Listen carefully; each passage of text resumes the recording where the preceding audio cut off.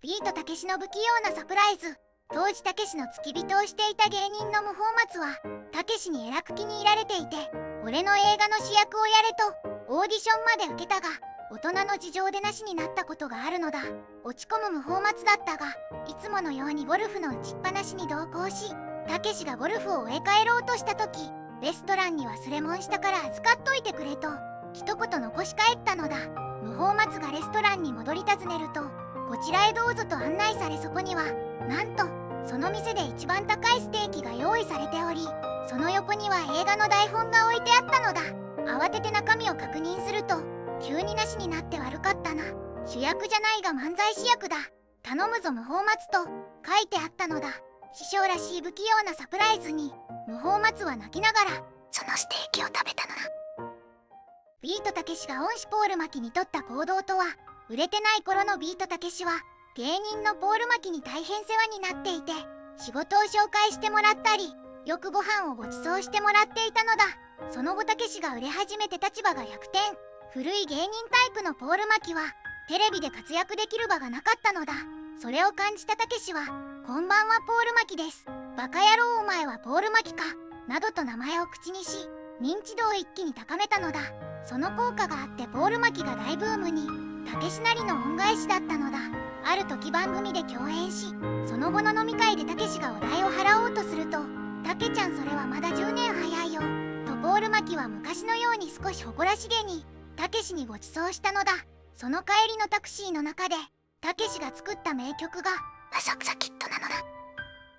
ビートたけしの母が金の亡者になり下がった理由。たけしの幼少期は貧乏だったが、子供の貧乏は親の責任と生活費を削ってたけしの教育費に充てるほど教育熱心で優しかった母親に育てられたのだ。しかしたけしが芸人として売れるようになった途端、最近テレビによく出てるな小遣いくれと会うたびに20万30万と何かと理由をつけて小遣いをねだるようになったのだ。変わってしまった母親にたけしはショックを受け、強欲ババアめと悪態をつくほどだったのだ。そんな母親も年には勝てず弱っていた頃、姉から一冊の通帳を渡されたのだ。その中身はコツコツ貯めた年金とたけしにもらったお金がそのまま残っていたのだ。給料を残さず使ってしまうたけしを心配し、嫌われてでも貯金をしていたのだ。たけしは母の本当の思いを知って泣き崩れたのだ。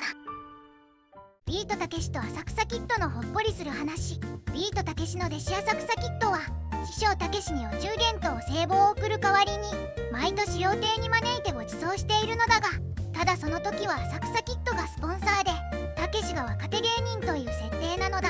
浅草キッドは師匠たけしにコマネチしろとかもっと芸を磨けよと言いたい放題なのだ。たけしも必死にコマネチしたり、すみませんいただきますと結構ノリノリなのだ。だが高級料亭なので支払いは50万以上。帰りにはたけしにご祝儀も渡すので、スポンサー役の浅草キッドは大きな出費なのだ。たけしは運転手付きのロールスロイスで、浅草キッドは電車で帰るのだ。ある日2人がたけしの自宅に招かれ、何気なく神棚を見ると、そこにはたけしに渡したご祝儀袋が全部お供えしてあったのだ。志村けんと千鳥大悟の仲良しすぎる話。とある旅番組の泊まり込みで一緒にロケをした2人は初日の夜に志村の部屋で夜遅くまで楽しく飲んでいたが、翌日もロケがあるのでもうお開きにしようと大悟を自分の部屋に帰らせたのだ。志村がベッドで寝ようとすると、なんだか胸騒ぎが。玄関に戻りドアを開けると、なんと大悟が帰らず立っていたのだ。まだいるじゃねえかとツッコミを入れるのりを2人は30分も続けたのだ。さすがにまずいと志村が大悟の部屋まで送りお開きとなったのだ。大悟が寝ようとすると胸騒ぎが。まさかと思い玄関のドアを開けると、なんと今度は志村が立っていたのだ。たまらず2人は大爆笑。2人はこのノリを朝まで繰り返し、結局大悟は寝坊して遅刻してしまったのだ。志村動物園のパンプンが殺処分。噂の真相とは。天才チンパンジーのパンプンは志村けんとの親子のような姿が話題を呼び、まるで人間の子供と思えるほどうっとけていたのだ。そんなパンプンが11歳の時にいつも通りステージでのパフォーマンスを終えると、突然女性飼育員に襲いかかったのだ。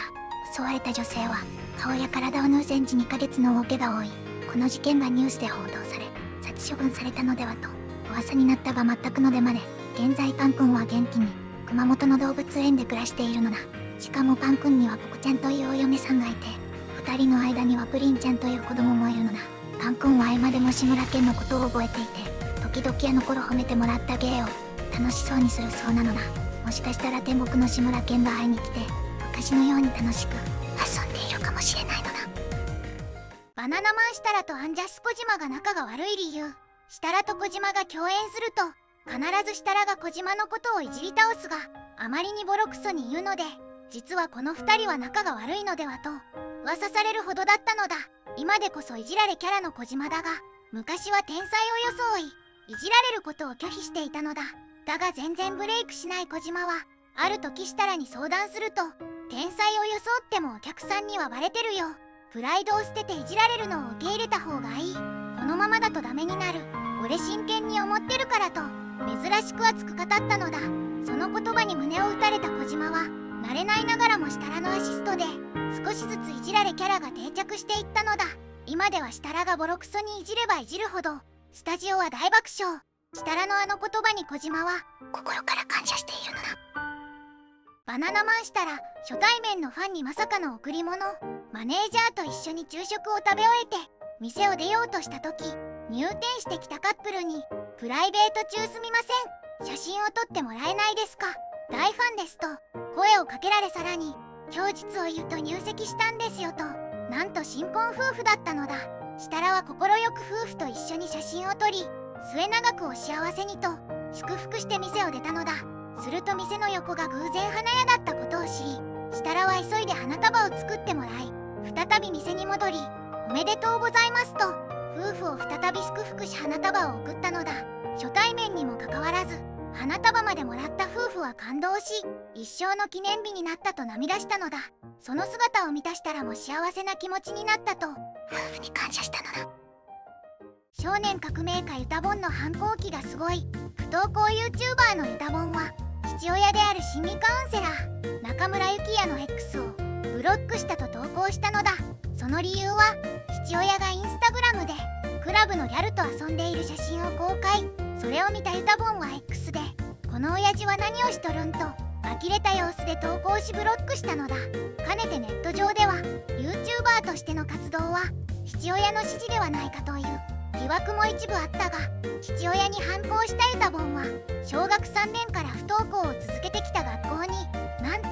中学3年で初登校したのだ。友達や好きな子ができて学校が楽しすぎると充実した学校生活を送っているのだ。ネット上では反抗期で学校行き出すとか面白すぎると称賛の声が上がっているのだ。